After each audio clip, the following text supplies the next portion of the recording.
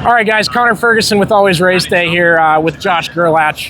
I get it. Nailed it. All right. Wow. What a B-main. James McFadden gets the last transfer. Silence kind of took the middle coming into 3 and 4 over here. You guys think I got a great view of it, but I have a ton of cars in front of me, and so I'm kind of video boarding a little bit. You had a better view. I had a pretty good view, and I think James just said it really well in his interview with Connor Wade for Dirt Vision that, you know, you're going for the last transfer spot on your prelim night at the Knoxville Nationals, and he got a real good run.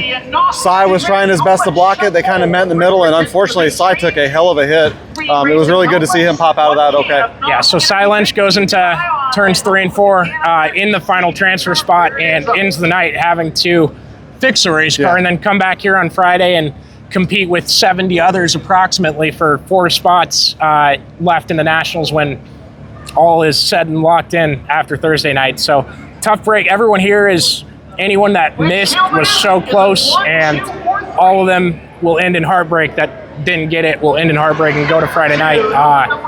Other than that, James McFadden gets into the A main tonight, and that's the whole battle. If you can point your way and get into the A at whatever it costs, as long as you have a decent A, you're gonna keep flying and at least have a chance at locking in. And we kind of have a little bit of a Cinderella story here going on with the 17A at Jack Anderson. He had a really good top 5 qualifying run.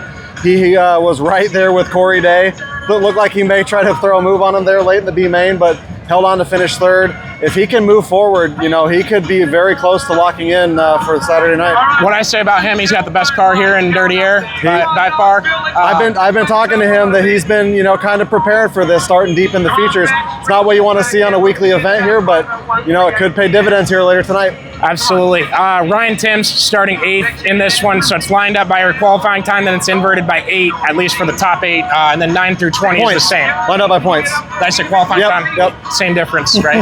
Austin McCarl also on row 4. Those two are going to be ones to watch, especially Ryan, how good his car is on the cushion, and Austin that just seems to have awoken at the right time. He said on the microphone he hasn't had the amount of wins he wanted this year, but he's looked bad fast tonight.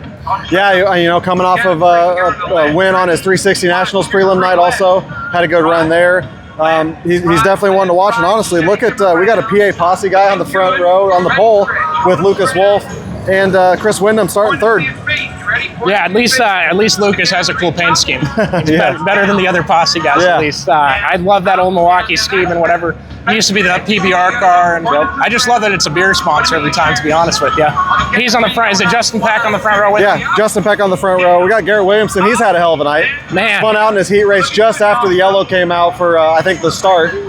He's recovering well and could really end up having himself a night tonight as well. And that's a rather be lucky than good situation. You know, you spin like that. Ben Brown had to really swerve to avoid him and did not hit Garrett, so he has a shot to go in tonight.